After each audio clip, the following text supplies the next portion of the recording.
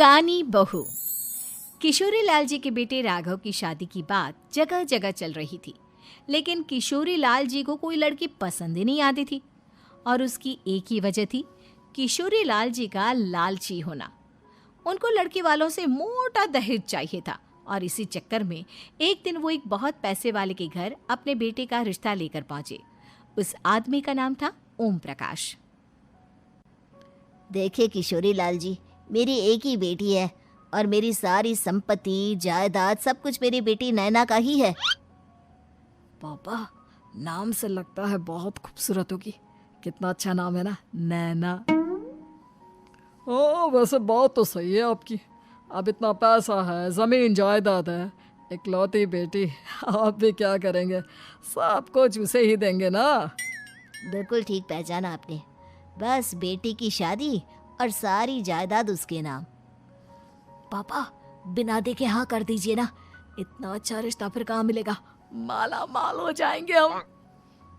मैं अपनी बेटी को बुलाता हूँ। अरे नहीं नहीं नहीं नहीं, आपकी बेटी का नाम नैना है, सुनकर ही लगता है बहुत सुंदर होगी। रहने दीजिए अंकल, मैं तो आपकी बेटी के नाम से ही इतना खुश हो गया हूँ कि उसे बिना देखे शादी करने को तैयार हूँ। अब तो मैं उसका चेहरा सीधे शादी के बाद ही देखूंगा। और इस तरह राघव नैना का चेहरा नहीं देखता और उससे शादी कर लेता है। शादी के बाद अपनी सुहाग रात पर जब राघव नैना का घूंघट उठाकर देखता है तो नैना की आंखें बंद थी। कितने खूबसूरत हो तुम नैना, जरा अपनी आंखें खोलकर मेरी तरफ देखो तो सही। नहीं, मुझे शर्म आती है। अरे, मैंने तुम्हें शादी से पहले भी नहीं देखा, और अब अगर तुम आंखें खोलकर मुझे देखोगी भी नहीं तो मुझे अच्छा कैसे लगेगा? इससे पहले कि नैना अपनी आंखें खोलकर राघव की तरफ देखती, अचानक से लाइट चली गई और राघव नैना को पूरी तरह से देख भी नहीं पाया। अगली सुबह नैना राघव के लिए नाश्ता बनाकर लेकर आई। अरे ये क्या, आधा पराठा सेका हुआ है और आधा बिल्कुल कच्चा। ये तुमने क्या किया नैना? बहू, तुमने क्या आधा पराठा तवे से नीचे लटका कर रखा था, जो आधा सेका है और आधा कच्चा? मुझे जितना दिखेगा उतना ही तो सीखूंगी ना पापा जी। जहाँ जहाँ मुझे नजर आ रहा था वहाँ मैंने सीख लिया, जहाँ जहाँ नहीं दिखा वहाँ कच्चा रह गया होगा। इसका क्या मतलब है? ये कैसा मजाक कर रही है तुम? अरे बहू, तुमने इतना लंबा घूंघट क्यों लगाया हुआ है? देखो, हमारे घर में बहुओं को बेटी की तरह रखा जाता है, और फिर तुम तो इतना सारा माल लेकर आई हो। देखो, ये घूंघट डालकर रखने की कोई ज़रूरत नहीं है। हाँ नैना, पापा जी ठीक कह रहे हैं, तुम तो आराम से रहो, अपना ही घर समझो। नैना अचानक से अपना घूंघट उठा लेती है। अरे ये क्या पापा, नैना की तो एक आंख फूटी हुई है। नाम से नैना, लेकिन ये तो कानी बहू निकली। मेरे साथ धोखा हुआ है, धोखा। बिना दिखाए अपनी कानी लड़की मेरे संग ब्याह दी। मुझे कानी बीवी नहीं चाहिए। मुझे अभी ओम प्रकाश जी से बात करनी पड़ेगी। आखिर उन्होंने मेरे साथ ऐसा किया क्यों? अरे, आप लोगों ने ही तो पापा से कहा था कि आप लोग शादी से पहले मुझे देखना नहीं चाहते। अब मेरे पापा पर क्यों इल्जाम लगा रहे हैं? अरे लेकिन उन्हें बताना तो चाहिए था ना कि तुम कानी हो, एक आंख से तुम्हें दिखाई नहीं देता।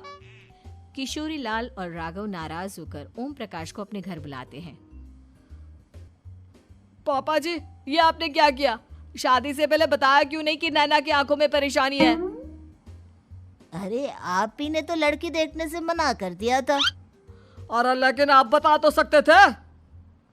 आपको तो हमारी बेटी की प्रॉपर्टी चाहिए थी, वो भी पूरी की पूरी। अब क्या हुआ अगर उसे आधा दिखाई देता है? प्रॉपर्टी तो आपको पूरी मिल गई ना। अरे ये क्या बात हुई? मेरी शादी प्रॉपर्टी से नहीं, आपकी बेटी से हुई है। अब ये तो पहले सोचना चाहिए था, तब तो मेरी प्रॉपर्टी देखकर तुम्हारी जुबान लप लपा रही थी। लेकिन मैं कानी लड़की को अपनी बीवी बनाकर नहीं रख सकता। पापा, कुछ करिए ना आप। हाँ, करता हूँ। देखिए ओम प्रकाश जी, आप हमारे साथ ऐसा नहीं कर सकते। और तुम देखो, अगर तुमने मेरी बेटी से शादी तोड़ी ना, तो जो भी प्रॉपर्टी मैंने तुम्हें दी है वो तो पूरी की पूरी वापस ले ही लूँगा, और आधी प्रॉपर्टी तुम्हारी भी लूँगा। अरे मेरी आधी प्रॉपर्टी भला क्यों लेंगे आप? इसलिए क्योंकि मेरी बेटी को आधा नज़र आता है और उसकी नज़र अभी तक तुम्हारी आधी जायदाद पर ही पड़ी है। अब तुम उसे घर से निकालोगे तो कुछ तो लेकर जाएगी ना। और अगर हम आपकी बेटी को अपने घर की बहू बना कर रखे तो? तो तुम्हारी पूरी प्रॉपर्टी तुम्हारी ही रहेगी, और जो मैंने तुम्हें दिया है ना, उसमें से बस मैं आधा लेकर जाऊंगा। अरे लेकिन अब आप अपनी दी हुई प्रॉपर्टी में से आधी वापस क्यों लेकर जाएंगे? अगर मैं आपकी बेटी को अपनी पत्नी बनाकर रखने को तैयार हूं तो? इसलिए ताकि भविष्य में अगर तुम मेरी बेटी को धोखा दो तो उसके पास कुछ तो रहे जो पति का हो। वैसे मेरे पास तो बहुत कुछ है, लेकिन अपने पति की कोई निशानी तो उसके पास होनी चाहिए ना। अब अगर तुमने मेरी बेटी को कानी कहा तो तुम्हें प्रॉपर्टी भी कानी ही मिलेगी, पूरी नहीं। जमाए राजा। किशोरी लाल और राघव समझ चुके थे कि वो बुरी तरह फंस चुके हैं और अब उनके पास वहां से निकलने का कोई चारा नहीं है। अब समझ में आया ना, लालच बुरी बला होती है। एक तो तुम्हें प्रॉपर्टी मिली, ऊपर से बीवी मिली, उसमें तुम्हें नखरे भी दिखाने हैं। आए बड़े, चुपचाप बैठो दोनों। कुछ दिनों के बाद नैना राघव की कार लेकर बाजार घूमने निकलती है और जब कार लेकर वापस आती है, ये क्या? एक तरफ से मेरी गाड़ी पूरी खराब हो चुकी है।